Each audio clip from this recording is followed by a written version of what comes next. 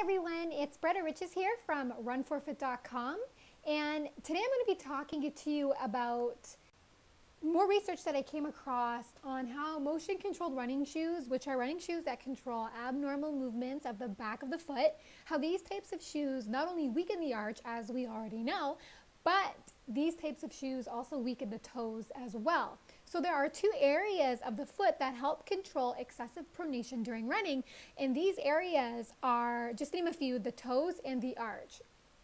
Both of these areas of the foot become significantly weaker when we wear stability running shoes for a long period of time. So it's a well-known fact that pronation is needed for shock absorption, but runners are also told that too much pronation might disrupt the kinetic chain up the leg and cause injury, especially in the knee. However, the amount of overpronation that contributes to running injuries really hasn't been quantified. So we don't really know exactly how much is considered too much pronation during running, but if you read Born to Run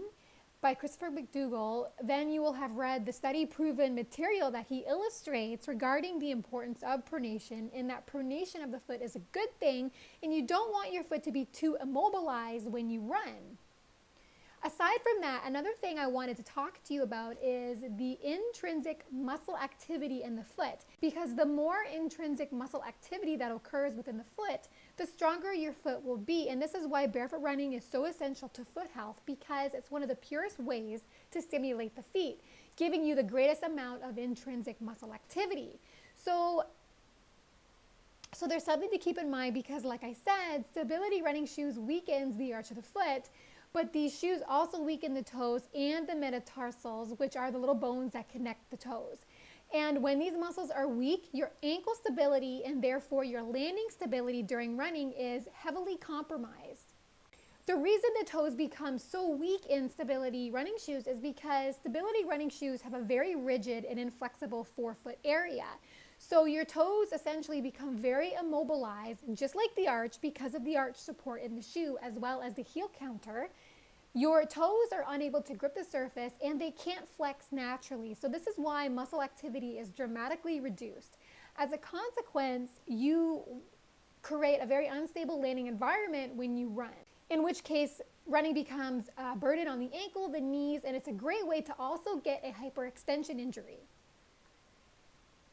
If you increase the amount of barefoot activity, or if you do most of your running in barefoot-inspired running shoes, this will really stimulate the muscles in the toes, especially in the arch. Going barefoot more often will also strengthen the ligaments in the foot to give the foot stronger integrity of its internal structures, which will in turn give you more effective controlled pronation when you run, so you don't have to rely on a shoe, in which case